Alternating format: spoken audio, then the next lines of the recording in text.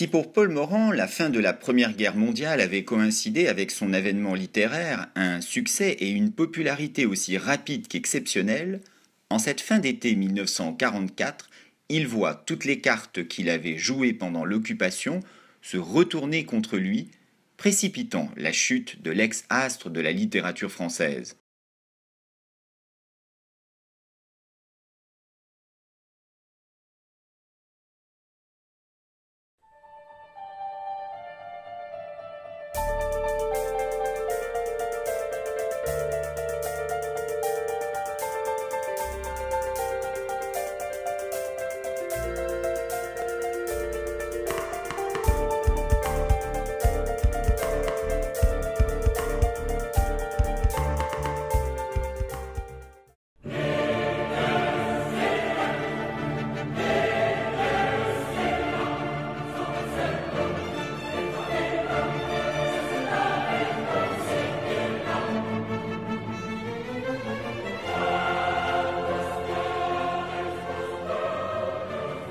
Août 1945, une étrange feuille de chou à sensation refait parler de Paul Morand à travers un article multipliant les formules narquoises sur son engagement vichysois, son exil suisse et la fuite de ses responsabilités.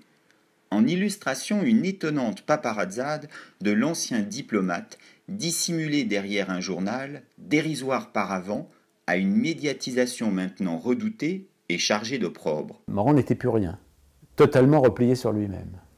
Donc on peut penser à de l'aigreur, du ressentiment de sa part, parce que, d'après lui, il n'était pas véritablement fautif. Bon, à ses yeux en tout cas. Il s'installe à Montreux, dans les Hauts-de-Montreux, dans un endroit, un quartier qui s'appelle Térité, où il loue une maison assez délabrée qui s'appelle la Villa Mariland. Il y vivait de manière très précaire parce que Hélène était dépossédée de la plupart de ses biens en Roumanie par l'invasion soviétique, qui avait libéré la Roumanie des Allemands, que d'autre part, une partie de leurs biens était inaccessible en France et qu'ils ne pouvaient pas disposer de l'argent qu'ils avaient à Paris. Donc ils vivotaient. Il était juste avec quelques fidèles. Ça a été très dur pour lui.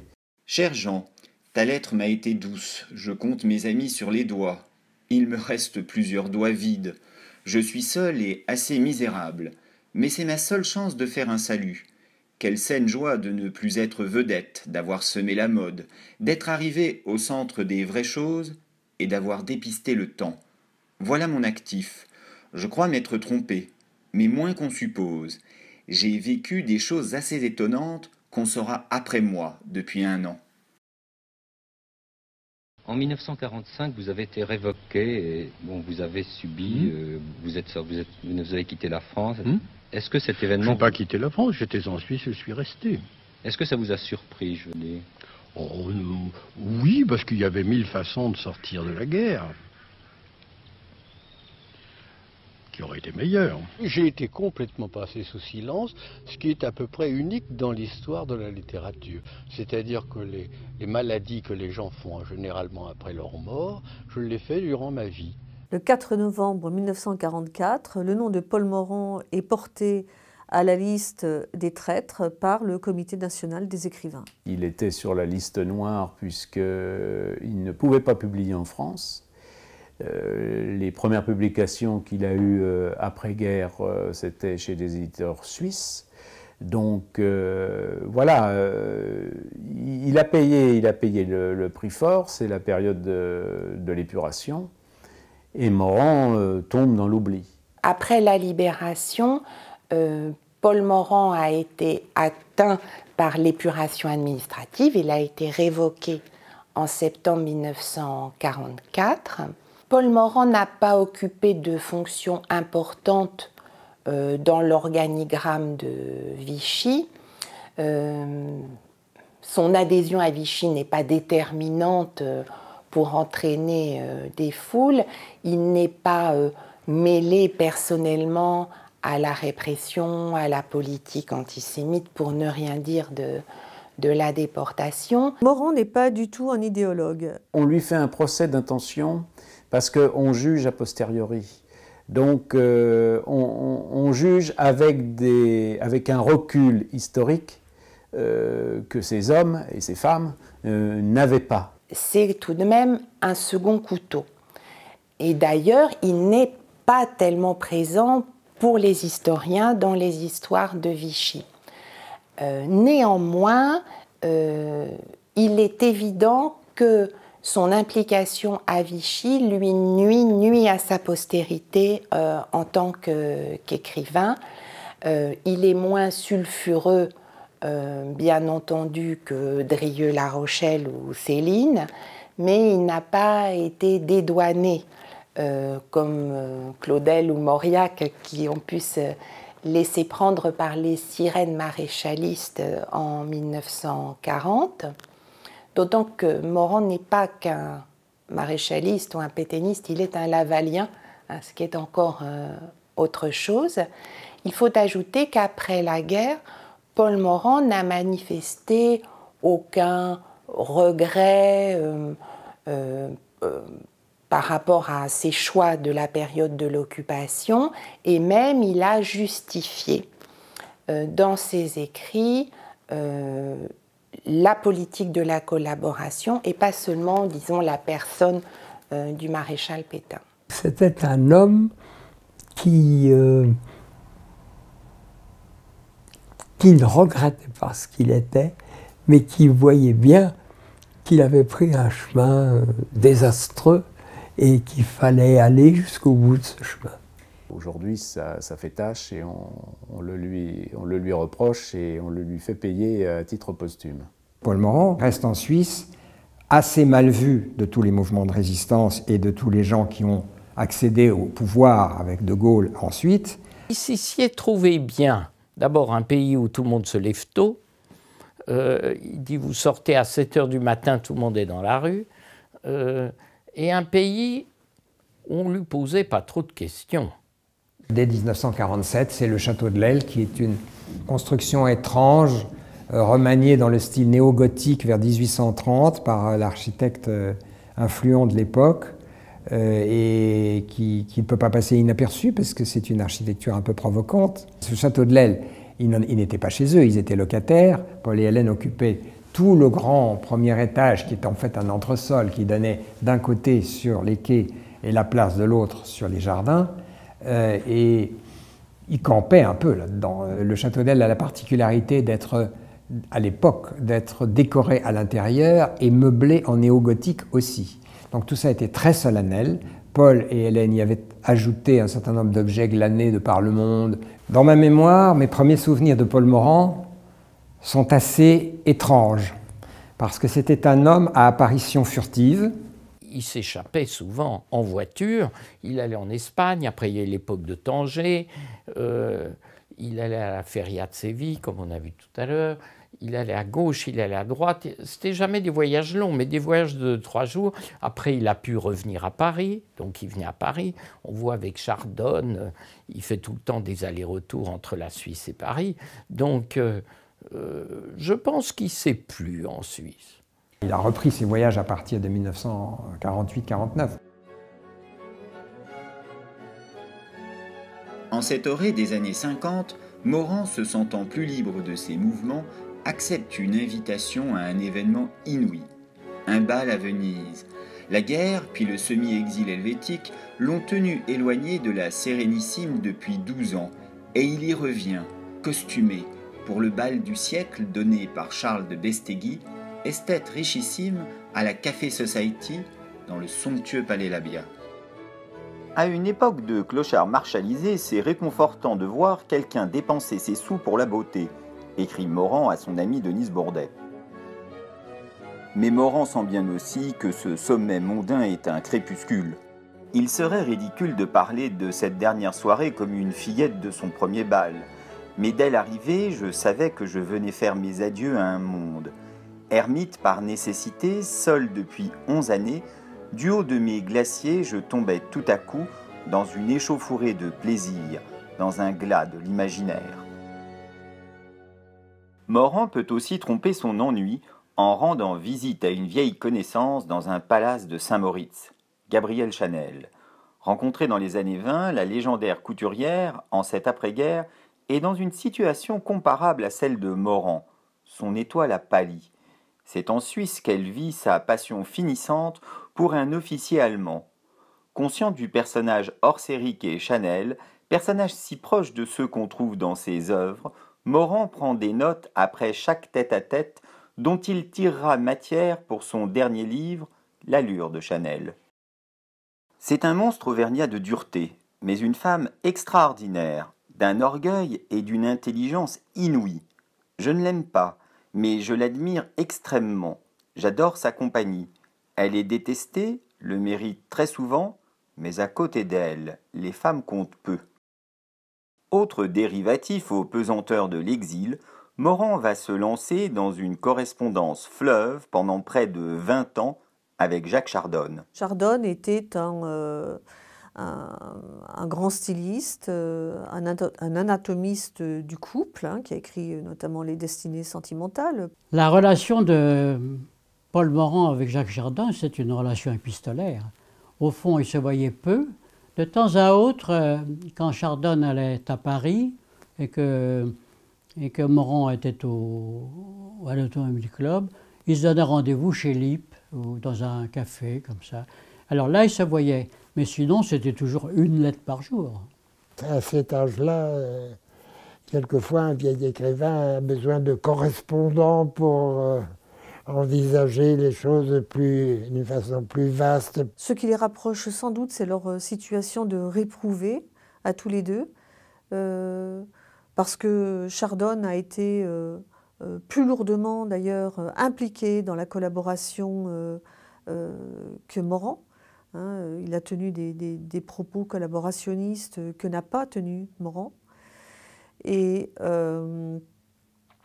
cette correspondance va leur permettre d'échanger à la fois des propos littéraires, des propos sur l'actualité, de régler leurs comptes avec le passé, avec leur rancœur passée, avec ce qui leur semble être des inexactitudes historiques concernant les événements de la collaboration et de la Seconde Guerre mondiale.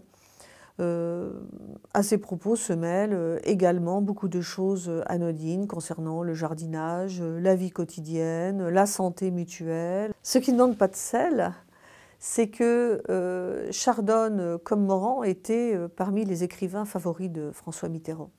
Il m'arrive de dire dans la conversation, sans y attacher d'importance en apparence, que nous nous écrivons presque tous les jours.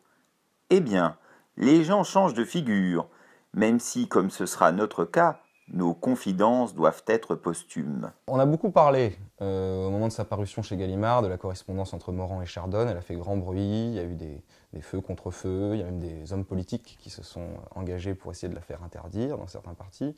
Ce sont des lettres longues, riches en impressions, en témoignages, en idées souvent déplorables s'il s'agit de s'aventurer sur le domaine politique, et particulièrement lorsqu'il se permet des allusions racistes. Il se laissait aller, alors il voyait des PD partout, des juifs partout, c'était quand même vraiment marqué un peu d'une époque. Je pense que c'est quelque chose qui est complexe chez Morand. Le rapport aux juifs, le rapport aux homosexuels et même le rapport aux femmes. C'est un écrivain de la contradiction. L'un des sujets de l'actualité littéraire qui occupe une place importante dans les échanges entre Morand et Chardonne, c'est l'émergence d'un groupe de jeunes auteurs qu'on appelle les hussards et qui désignent leurs aînés comme leurs colonels honoraires. Quand il s'est remis à écrire, ses livres n'avaient pas de succès. C'est dommage parce qu'il y a vraiment des livres qui sont excellents.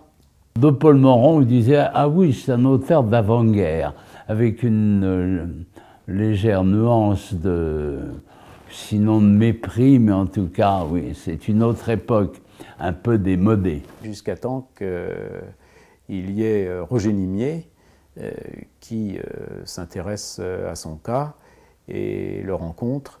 Et là, comment dirais-je, Roger Nimier va tout faire pour remettre le grand-père en selle avec les fameux hussards cette période. Alors, ce mot de hussard vient évidemment du titre du roman de Roger Nimier, Le Hussard bleu, mais également il vient d'une évidente filiation stendhalienne. Ah ben, les 4 noms des hussards, c'était Blondin, Nimier, Jacques Laurent et moi. Ça l'amusait d'avoir 4 écrivains jeunes de cette époque-là, déjà bien connus, l'encensant en général, et l'accompagnant dans les dernières années de sa vie. La postérité littéraire qu'il a eue, c'était quelque temps après la Deuxième Guerre mondiale, et lorsque on a cherché une sorte de contrepoids à l'existentialisme triomphant, à la littérature d'action, à la littérature engagée, même au témoignage sur la guerre, il y a eu finalement 2 réactions. L'une a été celle du nouveau roman et de ses recherches formelles autour du groupe bien connu de Robbe-Grillet, Butor, Thalys Sarraute, etc. Et l'autre, une littérature qu'on a longtemps appelée de droite, ou celle des hussards, à cause de cela justement, qui comportait des écrivains comme Roger Nimier, Antoine Blondin, Bernard Franck et Jacques Laurent, et dont la recherche était très proche de celle de Morand. Il cherchait à échapper à l'engagement politique et il recherchait au contraire une écriture brillante, néoclassique, pas de recherche formelle exagérée, aucune attraction pour l'avant-garde, et des romans en principe plutôt d'amour, mais eux-mêmes, on voit bien que les romans d'amour qu'ils écrivent tous, comme ceux qu'écrivait Morand d'ailleurs, ne sont pas des romans d'amour comme au XIXe siècle. Ce sont des romans d'amour rapides, incisifs, satiriques, ironiques, et très différents l'ongle du Lys dans la vallée. C'est un homme qui n'est pas fait pour les théories et qui pense que la littérature est un espace de liberté, et je pense que c'est aussi pour ça qu'il a été beaucoup suivi et récupéré, qu'il a été remis en tout cas sur le devant de la scène par les hussards, parce que c'est aussi le cas de Nimier. Il refuse un peu cette tentative de mettre en système, d'enfermer aussi à mon avis la littérature dans des termes savants et dans une glose universitaire. Roger Nimier, dont tout Paris parle parce qu'il vient de publier le Hussard, et le Hussard, on parle de lui comme le futur Goncourt, il ne l'aura pas, mais on en est persuadé, et puis Roger devient une célébrité parisienne, directeur du journal Opéra, faisant la pluie et le beau temps sur le théâtre, sur la vie, etc., etc. Voilà qu'il consacre des pages entières de son journal avec des collaborateurs dont je suis à des gens qu'on considère comme des pestiférés, enfin, disons les oubliés de l'histoire. Paul Morand, Chardonne, Céline et bien d'autres. Il redevient une référence littéraire, mais il n'aura plus le succès qu'il a connu dans les années 20-30. Et c'est d'ailleurs bien dommage parce qu'il y a des livres qui sont magnifiques. Les nouvelles de Paul Morand, c'est ce qu'on peut imaginer de mieux en littérature. Je ne connais pas beaucoup de choses plus parfaites que Milady ou que Parfaite de Saligny. Son goût pour l'histoire s'est accentué avec et surtout après la Seconde Guerre mondiale. Il utilise alors l'histoire comme une forme de palimpseste, à savoir qu'il va s'intéresser à des périodes historiques révolues et parfois bien éloignées de celles de son temps, mais à travers lesquelles, même s'il les traite de façon très documentée, très consciente de leur spécificité historique, il va néanmoins parler à travers ces périodes de sa propre situation et de la société qui lui est contemporaine. Il y a des parts de pessimisme dans son œuvre, surtout lorsqu'il parle politique ou histoire, mais oui, il voit la fin d'un monde, il voit d'abord la fin d'un monde, et puis tout d'un coup, il y a des fulgurances sur des promesses. Est-ce que vous pensez que c'est le côté prophétique qu'il y a pu y avoir dans certains de vos romans des années 20 ou 30 sur justement l'agonie d'un monde serait le mal d'une époque. Oui, oh ben ça c'est l'avantage d'être pessimiste, n'est-ce pas? C'est que comme notre époque n'est pas très réussie, on a malheureusement trop souvent l'occasion d'avoir prévu les choses. Est-ce que vous pouvez expliquer exactement quel est le... Mais enfin, je suis tout de même assez fier d'avoir écrit en 1926 le jour où les Américains seront bombardés par les Japonais à Pearl Harbor. Eh ben, c'est tout de même 20 ans avant Pearl Harbor. Oui, c'est tout de même pas désagréable. C'est mon succès, comme disait de Bonaventure. C'est un extraordinaire, je l'ai dit, novelliste, mais il n'y a pas que ça, il s'est régénéré.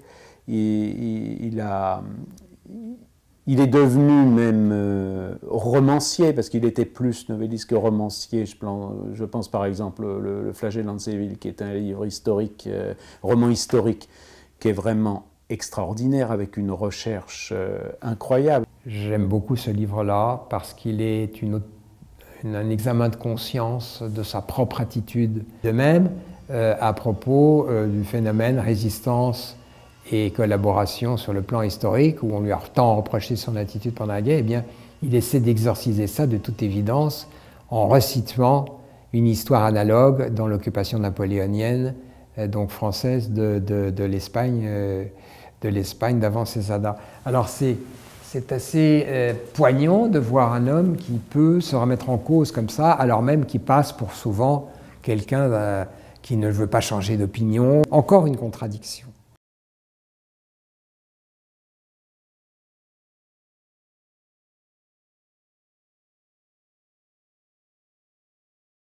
Début des années 50, oui, en fait, on ne savait pas trop ce qu'il avait fait. On savait qu'il avait été ambassadeur de France en Roumanie. On disait qu'il s'était fait nommer ambassadeur pour pouvoir récupérer les biens de sa femme, Hélène, princesse Choudzo, qui appartenait à une très riche famille roumaine. Ils avaient des intérêts dans le pétrole. Et voilà. Révoqué en 1944, atteint par une mesure d'épuration administrative, Paul Morand a déposé une requête devant le Conseil d'État pour contester cette mesure. Après 10 ans d'un quasi-exil, il voit enfin son ciel s'éclaircir. Cette révocation a été cassée pour des raisons de forme par le Conseil d'État en 1953. Ce n'est pas exceptionnel, hein. Beaucoup de hauts fonctionnaires en ont bénéficié. Et d'ailleurs, à partir du début des années 50, Paul Morand pouvait de nouveau vivre et publier librement en France, et il ne s'en est pas privé. Réintégré dans la diplomatie mais mis à la retraite en tant qu'ambassadeur de 2e classe, Morand ne cessera désormais de vaquer d'une résidence à une autre entre la France, la Suisse et pour un temps le Maroc. Ils ont partagé leur vie, Paul et Hélène ont partagé leur vie entre l'avenue Charles Floquet et la Suisse. C'est-à-dire qu'ils n'y vivaient plus du tout de la manière somptueuse qui était celle de l'avant-guerre, quand Paul Morand faisait des très grands tirages, qui gagnait beaucoup d'argent. La sulfureuse Tanger, où il résidera de 1950 à 1959, va ainsi lui inspirer un de ses romans les plus audacieux et les plus troublants, montrant sa capacité à toujours produire des œuvres originales. Hécate et ses chiens, c'est quand même un grand livre. Hécate et ses chiens, qui est, je crois, de 53-54, 1953-1954, c'est un livre très sombre, et c'est un livre qui évoque justement la pédophilie, et à Tanger. Voilà, avec cette Afrique, cette chaleur qui peut susciter des débordements, tout ça. Et c'est intéressant parce que c'est un livre qui est très court, le style est très dégraissé, et Morand est très transgressif ici. Qu'est-ce que c'est que la sexualité des gens? Qu'est-ce qu'il y a dans la tête des gens qui vont faire l'amour? Qu'est-ce que c'est que ce mystère insondable de la sexualité?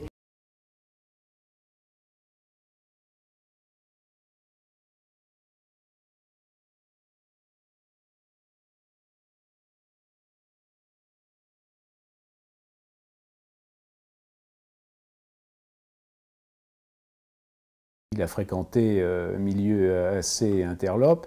Et ce qui est intéressant, c'est à propos du thème de la pédophilie, c'est que c'est la pédophilie féminine. C'est que le personnage féminin, qui s'appelle Clotilde, est attiré par de jeunes garçons. Il y a beaucoup de non-dits parce que le livre est très bien construit. On ne sait pas si c'est une rêverie ou si c'est réel. Enfin bon, voilà. Donc là, on voit toute la construction et toute l'habileté de la construction morandienne ici, parce que quand on a refermé le livre, on ne peut pas avoir de certitude. La soixantaine arrivée, Morand, réputé homme sans cœur, semble s'humaniser. Sans enfants d'Hélène, il se trouve plein de petits-enfants parmi toute une génération de littérateurs. Je n'ai commencé à avoir un peu d'expérience, de cœur et de considération pour autrui qu'après avoir été matraqué. C'était normal. Je le vous voyais et comme j'ai dit à beaucoup de mes amis qui me posent cette question, je ne l'appelais pas, c'est-à-dire que monsieur était trop solennel, ça m'aurait mis mal à l'aise et probablement lui aussi, et l'appeler par son prénom me semblait inconcevable, ce qui restait malgré tout toujours un peu imposant.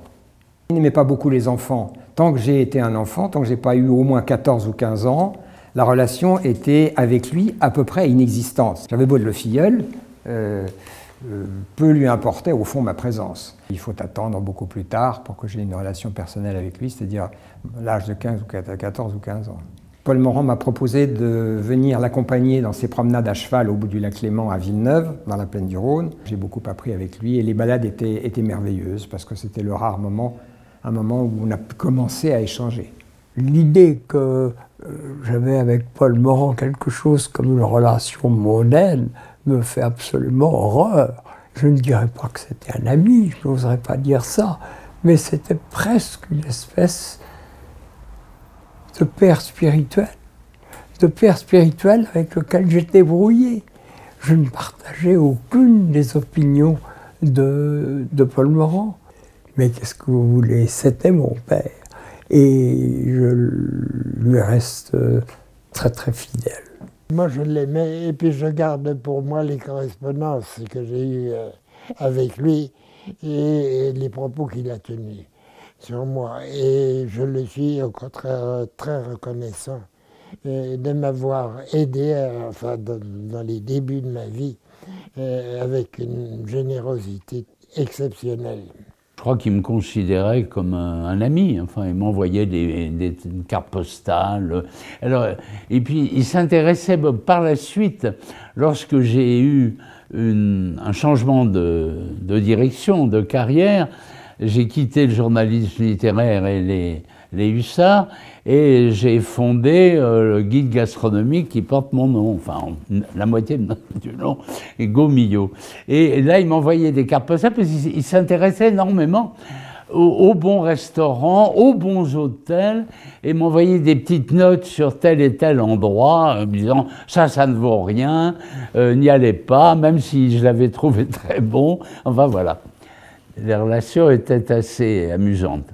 Les relations que j'avais avec Paul Morand, ça a d'abord été une relation de travail, puisque je lui demandais des articles. Ensuite, il voulait bien m'appeler son ami. J'ai des cartes ou des lettres de lui où il me disait « Caracalla, vous êtes un ami ». Enfin, c'est vrai qu'il a été assez... Autant il était froid dans la conversation, autant dans les lettres, il pouvait être se déboutonner davantage. Je m'amusais beaucoup avec Morand. Peut-être que derrière cette hâte, cette vitesse, ce côté moderne, il y avait peut-être une espèce de mélancolie. C'est pas tout à fait exclu qu'il a été un mélancolique cynique et gai. Il y a près de 50 ans que je me cherche, sans me trouver. Je me demande comment on fait pour savoir qui on est. Je ne sais rien de moi. Je serais également surpris de savoir que je suis bon et de m'entendre dire que je suis mauvais, moins. Je ne sais pas si je crois à l'après-vie ou non, ça dépend des jours. Je ne sais pas si j'ai réussi ma vie ou si je l'ai ratée. Je ne sais pas si j'ai été ou non un bon fils, ceci en toute sincérité. Je sais que je suis bête, paresseux, égoïste, ignorant. Mais ça, ce sont des évidences extérieures comme de savoir que quand on sort, on met des souliers.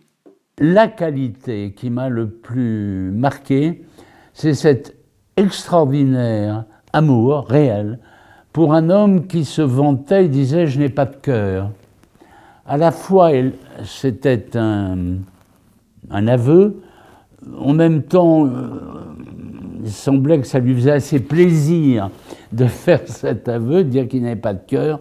Eh bien, cet homme qui n'avait pas de cœur, quand j'ai découvert à quel point Nimier pouvait compter, Roger Nimier pouvait compter pour lui, et à quel point Nimier est devenu, au fil des ans, son fils. Il l'appelait mon fils. Voilà. Et là, j'ai été très touché, parce que je dis, voilà un homme d'une telle pudeur, derrière ce coffre-fort doublement, triplement fermé à la Suisse. Je n'aime pas vivre loin de vous, mon fils. Le père de Nimier avait disparu, je crois, depuis très longtemps. Nimier et Roger n'avaient pas beaucoup de souvenirs, ne l'évoquaient pas. On n'a jamais su ce que faisait le père, ni rien. Et Morand a un peu pris cette place, vous comprenez. Avec le temps, Morand refait surface socialement et croit le moment opportun de se présenter pour la seconde fois à l'Académie française au fauteuil de Claude Farrère en 1958. Je pense que Morand savait très bien qu'il n'avait pas besoin de l'Académie et que c'était l'Académie qui avait besoin de lui. Mais je pense qu'il voulait y trouver une espèce de rachat social. Cette candidature va rencontrer une réelle hostilité au sein de l'Académie elle-même, François Mauriac en tête. Mais surtout, elle va se heurter à un événement historique, le retour de Gaulle au pouvoir. Occasion pour le général de faire payer à Morand sa défection à Londres en 1940.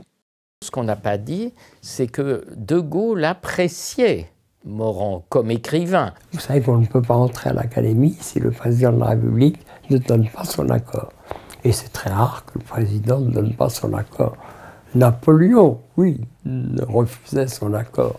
Louis XIV, oui, refusait son accord. Mais maintenant, le président de la République qui tient la place de l'empereur ou du roi, il n'y a pas d'exemple. Et De Gaulle avait refusé Morand. C'est une histoire d'un amour raté, en vérité, entre De Gaulle et Morand. On sait que le général de Gaulle, et ça durera longtemps par rapport à l'Académie notamment, lui vouait une rogne et lui en voulait en somme d'avoir son attitude en juin 40. De Gaulle a eu cette parole assez formidable bien après, c'était au moment, je crois, de l'élection de Morand. Il parlait des reproches qu'il pouvait faire à Morand, et il a dit « il m'a manqué ». Privé d'académie, victime des fourches caudines du gaullisme triomphant, Morand livre cette réflexion un peu résignée à Chardonne. C'est une aventure peu ordinaire non plus que la mienne. Français de race, parisien de naissance et à 70 ans, demi-proscrit, renié par mon pays, chassé des portes de l'Académie, écrivain au nom inimprimable chez les bien-pensants, etc. La chose est prodigieusement pittoresque, et j'espère que la postérité, les futurs événements aidant, en goûtera l'extrême saveur. Échaudé, Morand loin s'en faut, ne fera jamais acte de contrition. La distance où vous vous êtes tenu de la politique. Oui, mais c'est un grand sujet, et puis je ne veux pas du tout froisser les gens, parce que je suis quelqu'un, le contraire d'un diplomate, je suis quelqu'un de brutal et qui dit ce qu'il pense, et je ne veux pas choquer une grande audience. Et vous pensez que vous choqueriez en disant ce que vous pensez? Mais sûrement. Et vous vous voyez comme quelqu'un de très violent et brutal? Mais sûrement. Mais qui s'est toujours dissimulé alors? Très maladroit, toute ma vie, il a prouvé. Pourquoi, vous croyez que vous avez fait, comme on dit, des gaffes ou... Je n'ai pas fait la guerre, mais là, je dis dans le livre sur Venise, j'ai toujours aimé des causes perdues. Eh bien, alors, rien que ça serait tout de même quelque chose qui mériterait d'être approfondi, presque psychanalysé, mais enfin, c'est une chose curieuse. Vous n'avez jamais éprouvé le besoin de vous faire psychanalyser, d'autre part. Oui. Si vous me dites que c'est que De Gaulle, eh ben, je suis obligé de dire des choses compliquées, de dire que c'est quelqu'un que je considère comme un monstre, mais en même temps que je suis plein d'admiration pour le monstre.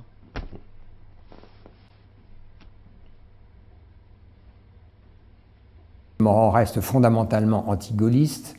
Sa fidélité pour lui à Pétain et à Laval est sans ambiguïté. Il la proclame haut et fort à toute occasion possible, sans y apporter la moindre nuance. Il faut distinguer probablement dès le départ le discours de Morand d'avant-guerre et celui d'après-guerre.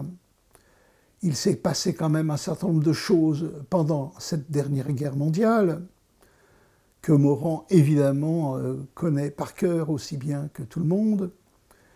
Il se trouve qu'il n'y a pas de différence entre son discours d'avant et son discours d'après. Morand était une sorte de fanfaron du vice. Enfin, du vice. Il se vantait de ce qu'il était. Il était provocateur. Il en rajoutait sur l'antisémitisme, sur le fétinisme, sur l'antigaullisme, il en rajoutait. Il y a l'histoire du chien, vous savez, qui est connue, le Chocho, mais ça c'est plus tard, puisque je m'en souviens, j'étais déjà plus âgé, mais il lui disait, il criait mort à De Gaulle, et le chien s'affalait par terre d'un air de carpette gisante. Il refusait en tout cas le politiquement ou le socialement ou correct.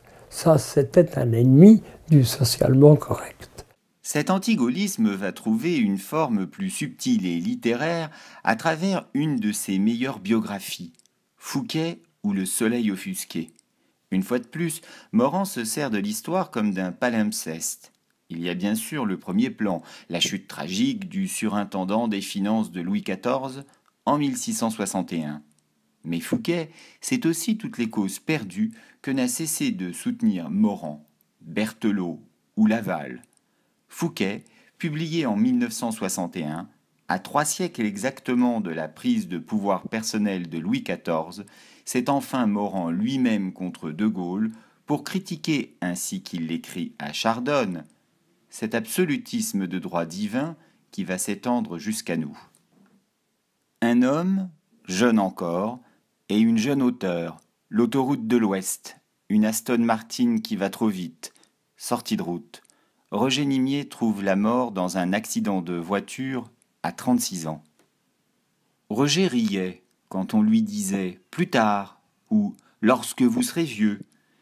Il portait en soi un malheur intérieur, organique, dont l'accident n'est que l'expression voulue parce qu'il ne faut pas mesurer le hasard. Mais je le ressens comme une blessure qui ne guérira plus jamais. Je ne le remplacerai pas. Me voilà rejeté dans la vieillesse. La solitude qui n'avait que trop d'attrait pour moi, je vais m'y enfoncer. Est-ce que vous avez eu le sentiment quelquefois d'être étranglé parce que vous ne pouviez pas dire? Oh, certainement. J'ai été en grande partie l'homme pressé que j'ai décrit dans un roman, et maintenant je suis certainement l'homme qui se tait. Et si je parle, c'est derrière un masque. Lorsque vous écrivez, vous avez l'impression de parler ou non? Oh ben oui, j'ai écrit parce que je ne pouvais pas parler. Je peux vous demander si on vous a dit tais-toi autrefois? Non, je ne crois pas. Je ne crois pas, au contraire, on essayait de me faire parler. Il y a un petit texte qui me semble important pour cela, il s'intitule « Tais-toi » et il raconte l'enquête biographique que fait un jeune homme sur son oncle qu'il ne connaît pas vraiment et qu'il a institué pourtant légataire universel. Et donc ce petit texte montre qu'il est difficile, voire impossible, de savoir quelque chose de décisif sur un être humain en dehors de ce que lui-même peut en dire. Est-ce que Paul Morand était quelqu'un de fascinant? Oui, bien sûr. Il fascinait tous ceux qu'il rencontrait. Pour la bonne raison, c'est qu'il ne parlait pas. Il me semble qu'il a dit « les mots existent pour ceux qui n'ont rien à dire ». Voilà. Alors, ça, c'était une plaisanterie, mais en vérité, son silence était une arme pour lui. En dépit d'une conduite conjugale extravagante, Morand n'aura jamais à craindre les explications vindicatives avec Hélène. Hélène a eu un mot ravissant parce que ce n'est pas un mot d'esprit. Tu rentres bien tard, me dit-elle l'autre soir à Paris, avec une nuance de reproche gentil dans la voix. Il fallait que je m'occupe un peu d'une dame qui traverse Paris et qui a eu des bontés pour moi il y a des années à Tanger, lui réponds-je. Ah, bien, je te pardonne, dit-elle. Le couple Morand-Hélène, c'est un curieux couple. Certainement une fraternité, enfin une amitié incroyable. Mais à côté de ça, Morand, très coureur, passait les après-midi dehors, rentrait le soir chez sa femme, prêt à lui raconter d'ailleurs une petite aventure qu'il avait eue. Donc c'était un couple très libre et qui ne se mentait pas et qui n'avait aucune raison de se mentir. Hélène, très astucieusement, dès le début, elle avait compris sur quel cheval de course elle était tombée, et elle l'avait dit, un homme qui ne trompe pas sa femme, un mari qui ne trompe pas sa femme n'est pas un mari. Bon, elle se mettait bien au chaud de cette façon. Elle disait, trompe-moi autant que tu voudras, moi j'aurais jamais l'air ridicule, puisque tu le fais avec ma bénédiction. C'était un couple, un vrai, même si il était particulier ce couple, et même si, on le sait, la fidélité formelle n'a pas été tenue du côté de Paul, mais c'est ça qui est étonnant, je trouve, parce que moi j'ai vu personnellement un jour Paul sortir Hélène, qui était un peu souffrante ce jour-là de sa baignoire, en la portant dans ses bras, dans son peignoir blanc. C'est une vision qu'on ne peut pas oublier. Mon père me disait, des deux, sur le plan du caractère, la personne, le chêne, c'est elle. Contrairement à ce que certains croient, ce n'était pas du tout un personnage sinistre. On l'a décrite souvent comme une fanatique pro-nazie, etc. Bon, je crois qu'il y avait... On n'ose pas parler à propos d'une telle posture chez elle de théâtralité, parce que ce serait choquant au regard des événements tragiques qu'a induit ce régime abominable. Mais il est certain qu'il y avait une théâtralité néanmoins et une pause de théâtralité quand elle parlait de l'histoire et quand elle parlait de la politique. Et ça n'était pas par malveillance, c'était dans comme un désir de mettre les choses au deuxième degré. C'est-à-dire que je ne crois pas du tout qu'Hélène Morand était une convaincue personnellement, pour avoir évoqué vaguement ce sujet une ou deux fois avec elle par la suite quand j'étais plus âgé. Je n'ai pas l'impression que c'était ni une doctrinaire et en tout cas pas une idéologue. C'était quelqu'un qui avait été né, je le rappelle, dans une famille grecque de Roumanie, pétrie de culture allemande, comme de culture française d'ailleurs, dès le départ, qui admirait beaucoup la pensée allemande, mais la pensée allemande la meilleure, les philosophes, les musiciens, elle était très musicienne, les grands interprètes de ce pays, etc. Et au fond, par peur du régime bolchevique et de l'ennemi russe, qui était, n'oublions pas, la grande terreur des pays des Balkans et de l'Europe orientale, je crois qu'Hélène s'est dirigée tout d'abord, tout naturellement, vers une sympathie germanophile. Elle y avait d'ailleurs de nombreux amis, et qu'elle n'a pas perçu, peut-être, ça on peut l'incriminer sur ce point, qu'elle n'a pas perçu le caractère odieux du régime. Pas assez vite et pas assez tôt. Alors après, le reste une pause. Comme d'ailleurs, curieusement, chez lui, chez Paul.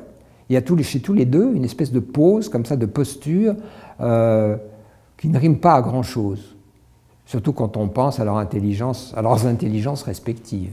Eh bien, je crois que la seule femme qu'il ait vraiment aimée, c'était Hélène. Je n'ai pas fait exprès d'être sans enfant. Je disais hier à Madame Fayard, qui en riait, « Ce qui m'a tellement uni à Hélène, c'est que nous n'avons pas eu d'enfant. » Ce que Morand est une fois de plus, c'est qu'il est pourtant bien père. Hélène le sait. De sa relation avec une femme du monde est née en 1939 une fille, soit quelque temps avant la rédaction de L'Homme pressé, dont l'un des thèmes importants est le difficile rapport à la paternité. Sans l'avoir perdue de vue, Morand nourra une relation plus proche avec elle, alors qu'elle est devenue une jeune femme.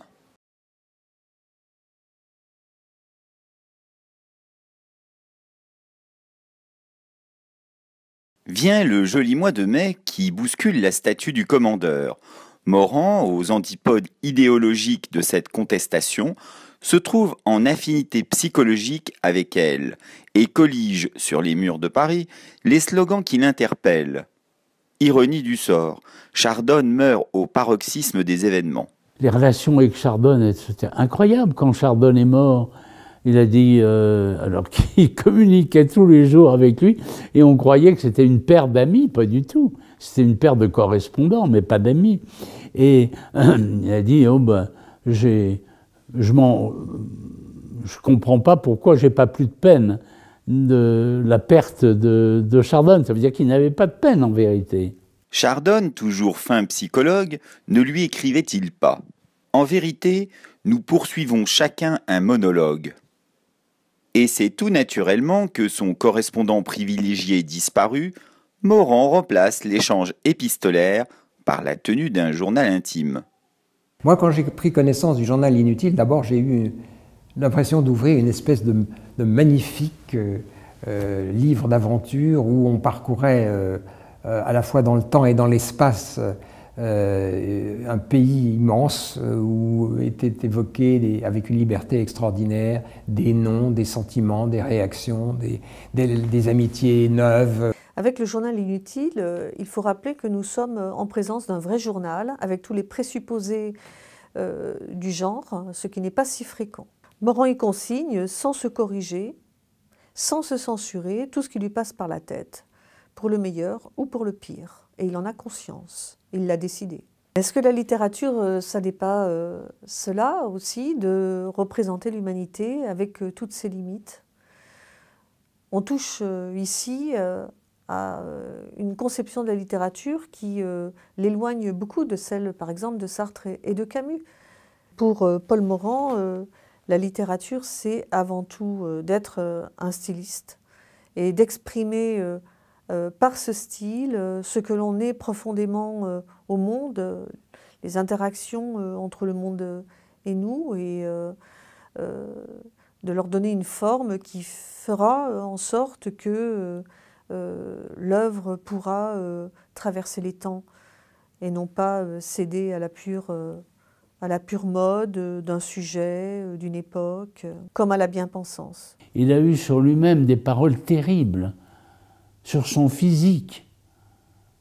Je suis laid, mon visage n'attire personne, je suis laid, je n'ai pas de cœur, je suis méchant.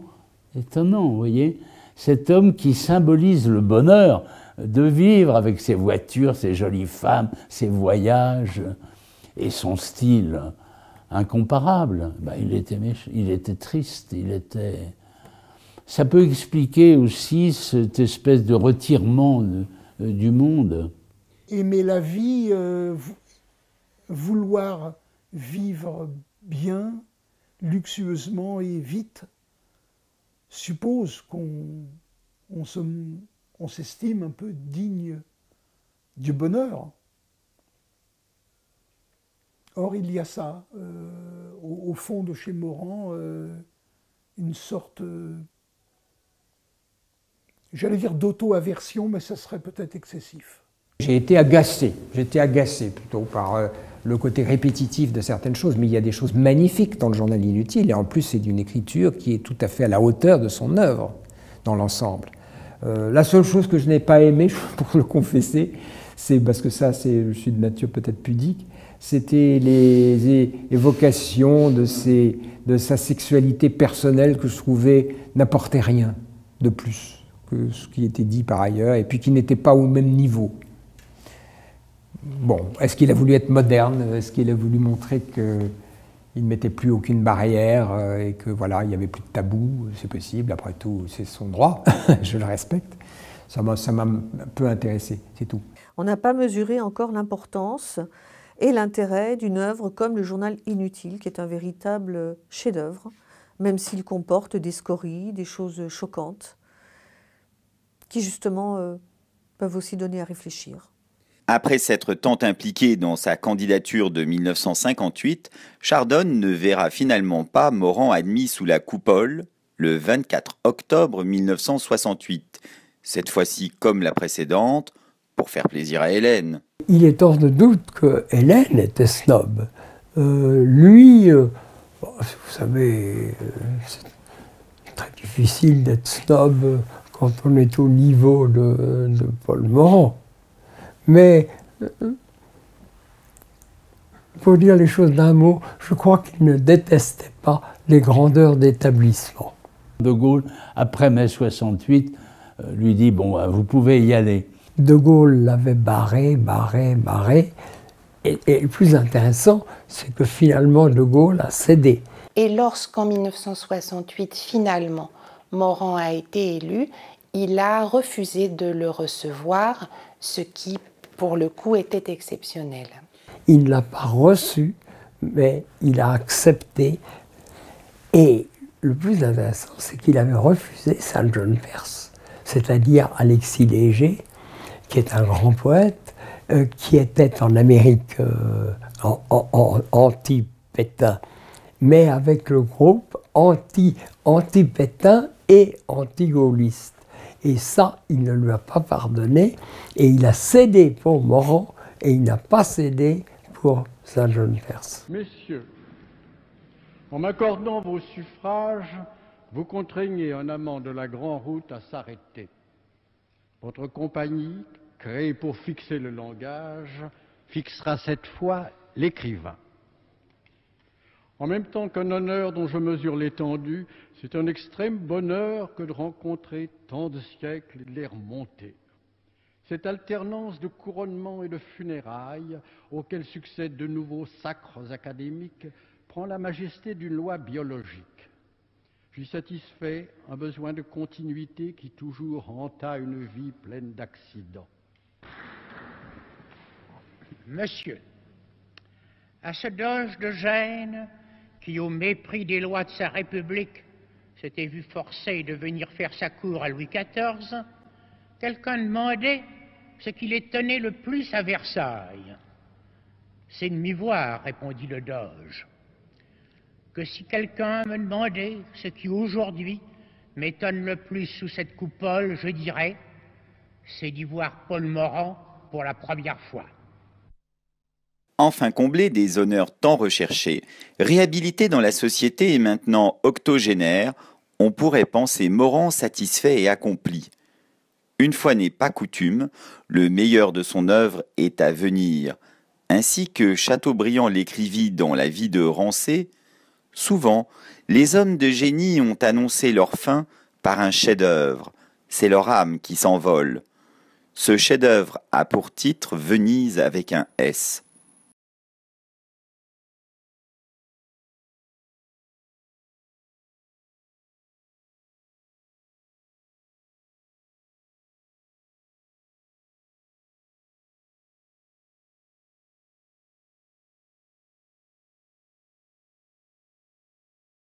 Cette idée que Venise, avec un S au pluriel, ce sont les jalons d'une vie, je trouve que c'est une idée très forte, c'est une idée qu'on ne peut que partager même avec lui. Il y a beaucoup de Venises successives, et puis je suis là-dedans un petit peu comme le Véronèse dans un tableau, dans un petit coin, et j'apparais à travers Venise. J'avais dit à mon éditeur au mois de septembre, vous savez, je fais un livre sur Venise, mais en réalité, ça n'intéressera que les gens qui me connaissent. Alors faites une toute petite édition, puis il se trouve qu'elle est partie dans la journée. Alors il y avait une raison. La raison, est-ce que c'est Venise que ça intéresse, ou est-ce que c'est moi, ou bien la rencontre des deux? Vous savez ce que c'est qu'une vie, c'est un kaléidoscope, surtout la mienne. Mais ce qui m'a permis, je crois, de voir avec un certain recul, appelez ça ce que vous voulez, le recul romanesque, n'est-ce pas? C'est la façon dont ma vie s'est déroulée un petit peu à côté de moi. François Nourricier dit très joliment dans ce livre sur Venise, Morand marche à côté de son livre. À côté, eh bien, oui, c'est ma vie parallèle avec la vie de Venise. Hélène Morand meurt le 28 février 1975. Personnage riche, complexe, ambigu, elle laisse Morand, l'homme réputé sans cœur, dans une peine et un désarroi qui transparaissent dans l'extraordinaire entretien qu'il accordera à Pierre-André Boutan quelques mois avant sa propre mort. Nous vous avions filmé dans votre jardin à Rambouillet il y a 4 ans. Est-ce que depuis, il s'est passé dans votre vie ou dans le monde en général des choses dont vous auriez envie de parler aujourd'hui? Non. Soit qu'elles soient indifférentes, soit qu'elles me touchent de trop près. Même pour ne pas en parler, c'est quand même difficile de ne pas... On n'a jamais, dans les 2 heures d'entretien que vous nous aviez accordées, nous n'avions jamais parlé de quelqu'un qui a été votre compagne toute votre vie, qui n'apparaissait qu'en filigrane absolument par des photos où on vous voyait avec elle. J'ai mieux de ne pas en parler parce que vous savez, je suis un vieil homme, j'ai des nerfs pas très solides. Je lui demande, en sanglotant, pardon de tout, lui reprochant seulement de m'avoir aimé, moi qui ne suis qu'une merde. Quand on est infidèle, au cours de la vie, on ne se doute pas que cela puisse, bien plus tard, prendre de l'importance. Mais arrive le jour où on est désarmé et honteux devant l'autre, qui a joué loyalement un jeu où vous avez triché. Paul Morand survit 1 an et demi à sa femme. En apparence, la vie reprend son cours avec les habituels voyages, souvent en compagnie d'un jeune couple, Dominique et Fabienne Sandoz, avec qui il s'est récemment lié d'amitié. Pendant cette période, il propose à son filleul, Gabriel Jardin, de venir habiter chez lui. Il était d'une grande discrétion, ne venait jamais me déranger, et moi j'essayais de l'être aussi. Mais par contre, je savais que quand je rentrais de mon travail le soir après le bureau, il était content que je frappe à sa porte, si je sentais qu'il n'était pas en train d'écrire, parce que là j'évitais de le déranger, mais il écrivait plutôt le matin, comme on sait. Donc voilà, je faisais ça, et souvent la conversation était limitée à 1 minute, allez-vous bien, tout va bien, oui, très bien, etc. Passer une bonne soirée, et puis quelquefois je restais une demi-heure, 3/4 d'heure, 1 heure, rarement plus, parce que les conversations de plus d'1 heure, c'était déjà beaucoup pour lui. J'ai eu le privilège, vous savez, de faire 2 voyages à la fin de sa vie avec lui, et c'était une leçon que de le voir, de l'observer lui-même, regarder les choses. Il prenait son temps pour regarder les choses. Cet homme pressé savait s'arrêter pour contempler. Alors, c'est vrai qu'il était toujours pressé au départ. Il était en quelque sorte pressé parce qu'il avait peur de ne pas prendre le temps suffisant pour pouvoir être tranquille, pour contempler en toute quiétude. Vous voyez, le mécanisme est assez subtil. Mais c'était ça, le mécanisme, et non pas un homme qui passait sa vie à courir. J'ai essayé, par exemple, de le sonder sur le plan spirituel un jour, puisqu'il se trouve que c'est un domaine qui m'importe. J'ai dit, mais est-ce que vous êtes croyant? Est-ce que vous croyez à une vie après la mort? Alors il m'a dit, oui, je crois à une vie après la mort. Je ne sais pas de quoi elle est faite. J'ai longtemps pensé que Dieu avait raté l'autre monde comme il a raté celui-ci, parce que ça, c'est son père qui le lui avait mis dans la tête. On ne sait pas ce que le père a fait de mieux, d'ailleurs. Mais donc, on sentait, ce que j'ai dit dans mon essai, ce que j'ai essayé de dire à ce propos, c'est que c'était un homme qui ne pouvait pas, qui restait sur ce plan-là dans l'ordre du pari. Ce n'était pas un homme qui avait accès facilement à la spiritualité, étrangement, mais c'est comme ça, parce que c'est même un esprit très universel, donc ça aurait pu. C'était plutôt du domaine, peut-être pas du pari, je dirais, mais d'une espérance, voilà. À défaut de foi, c'était une espérance. Et il est mort dans cet état d'esprit, et ça rejaillit, ça ressort dans l'épitaphe qu'il a composée lui-même, et qui est écrite en grec et en français sur sa tombe à Trieste. Venise résume dans son espace contraint ma durée sur Terre, située elle aussi au milieu du vide, entre les eaux fétales et les eaux du Styx. Parfois, je cherche à me faire saigner, en imaginant que Venise meurt avant moi, qu'elle s'engloutit, n'ayant finalement rien exprimé sur l'eau de sa figure. Venise, c'est le décor final de ce grand opéra qu'est la vie d'un artiste.